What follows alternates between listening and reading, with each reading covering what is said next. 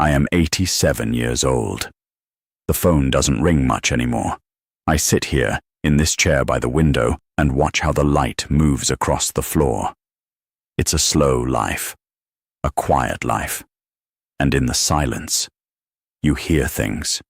You hear all the voices you didn't pay attention to when the house was full of noise. I want to tell you something. Just one thing, really. It's the question I wish I had asked myself 50 years ago. It's not a clever question. It's a simple question. And I didn't ask it. Not until it was too late. You see, I thought life was about building something. Something solid, something respectable. A career, a reputation, a good position in the community. A safety net for my family. I believed in hard work, in diligence. I worked in an office. It wasn't a great job, but it was stable. I wore a tie. I answered letters. I made sure the numbers in the ledger added up correctly. I was reliable. That was the word people used. He's a reliable man. And I was. I left home at 7:15. I returned at 6. I had dinner with my wife, Helen, and our son, Michael. I would ask Michael about his homework. I listened, but I wasn't really listening. My mind was still on the ledger, on the quarterly report, on the silent anxiety of not being promoted as quickly as I had hoped. I nodded and said, "That's fine, son," but my eyes were on the folded newspaper next to my plate. Helen was talking about her day, the dripping key, the funny thing the neighbor said, the book she was reading. I heard the sound of her voice, a warm and familiar sound, like the hum of the refrigerator. I was comforted by her constancy. I never thought the humming could stop. Weekends were for chores, mowing the lawn, fixing the fence, balancing the checkbook. Michael had a baseball game. He went sometimes. I sat in the bleachers with a notebook on my knee, jotting down things I needed to do in the office on Monday. I saw him look from the dugout and I gave him a little wave with my hand. He turned his gaze back to the game. I thought there would be more games. I thought there would always be another season. That's the lie, you know? The silent and comforting lie we all tell ourselves. There will be more time. There will be more time to talk. More time to play. More time to ask the real questions. More time to simply sitting down without an agenda and being with the people you say you love. Helen asked me once, in the kitchen. It was a Tuesday night. I was washing the dishes with my hands in the foam. I was drying, mechanically, thinking about a memorandum I had to write. Out of nowhere, she said, "Do you ever feel like we're just managing a life together, instead of living it?" I put the plate in the cupboard. I smiled, a distracted smile. Everyone manages, Helen. That's what adulthood is about. I kissed her on the temple. We're doing well. She didn't say anything else. She just went back to washing. I remember the curve of her neck, the way a strand of hair had come loose. I remember it now. I didn't touch it then.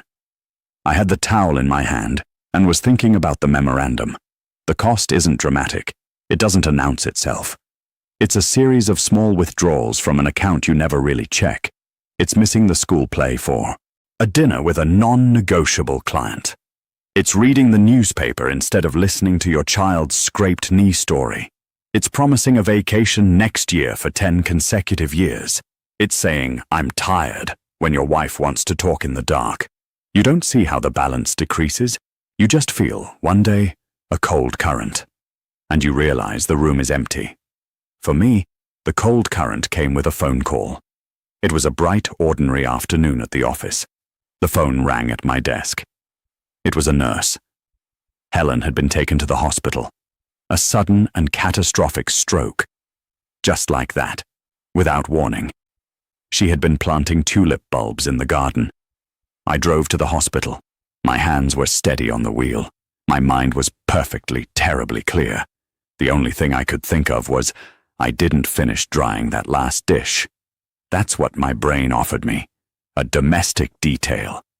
A trivial task unfinished. She had left before I arrived. They let me see her. She looked peaceful, which was a comfort, but she was gone. The buzzing had stopped. The constant and reliable buzz of my life had faded away, and the silence it left behind was absolute. It was a silence that I had helped create. In the weeks that followed, in the terrible and polite silence of our home, I waited for Michael. He was already in his 30s, living across the country. He came for the funeral. He stayed 3 days. We were polite to each other. 2 reliable men handling the arrangements. We talked about logistics. We didn't talk about her. We didn't know how. The night before he left, we sat in the living room. The silence between us was thick, strange. I wanted to say something. I wanted to tell him about the tulip bulbs she had been planting. I wanted to ask him if he remembered the time he tried to make a dinosaur cake for his 5th birthday, and it looked like a green blob. I wanted to hear his voice say his name. What I said was, "How's work going?" He said, "Good, busy." I nodded. "Good. That's good." He left the next morning. I stood at the door and watched his rental car disappear down the street, and I knew, with a certainty that I felt like a physical weight in my chest, that I had lost both of them. I had lost Helen long before she died. I had lost Michael year after year, in 1,000 moments of neglect. I had been a reliable provider. I had been a dutiful father, but I had not been present.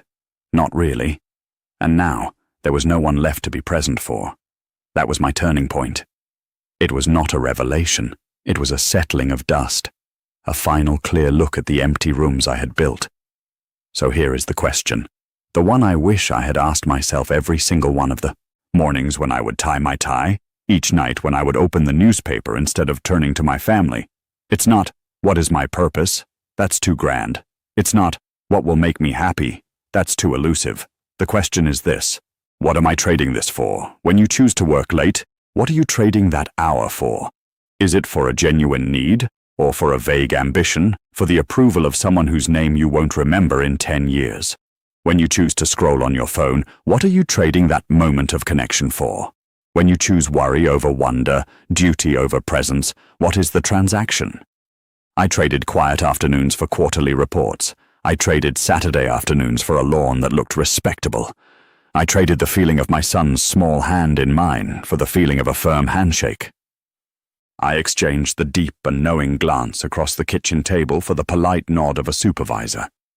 I made these exchanges every day, and not once did I sit down to review the receipt.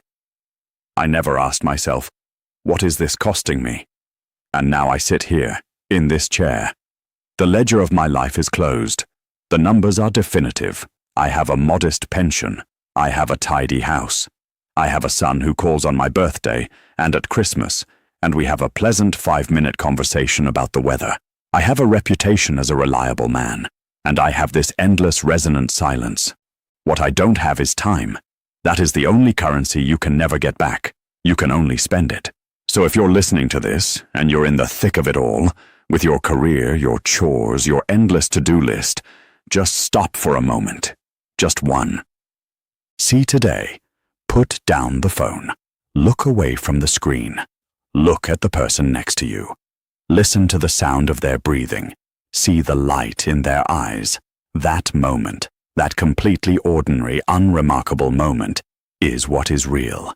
It is the only thing that you will truly have. Do not trade it for something shinier.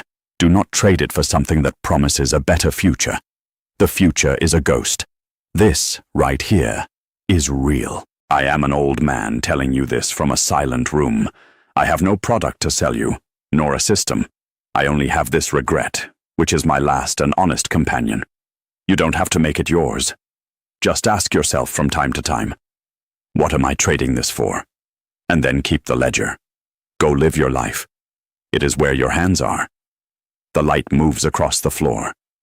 It will not wait for you to finish your work. It never does.